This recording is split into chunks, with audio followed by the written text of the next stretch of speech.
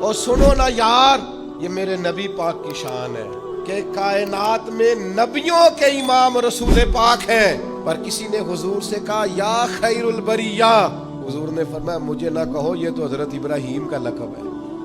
ایک مقام پہ کہا میری اور جناب موسیٰ کی شان کا مقابلہ اس طرح نہ کرانا کہ حضرت موسیٰ کی شان گویا گھٹے۔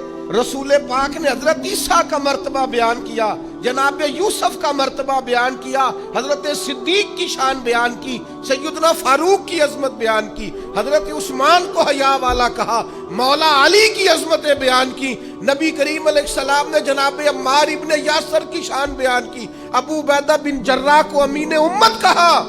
کریم نے فرمایا بلال کیا عمل کرتے ہو؟ یا رسول اللہ کیا ہوا؟ فرمایا میں نے تو معراج کی رات جنت میں بھی تمہارے چلنے کی آواز سنی ہے۔ یہ عظمتیں بیان کرنے کا طریقہ میرے نبی پاک کا۔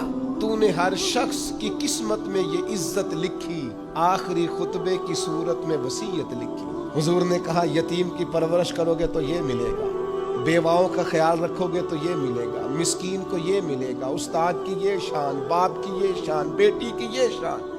نبی پاک تو عظمتیں دیتے، دوسروں کا مقام و مرتبہ سب سے بڑے ہو کر حضور اگر دوسروں کی عظمت کا خیال رکھتے ہیں تو ہم ایک دوسرے کی عظمت کا کیوں خیال نہیں رکھتے؟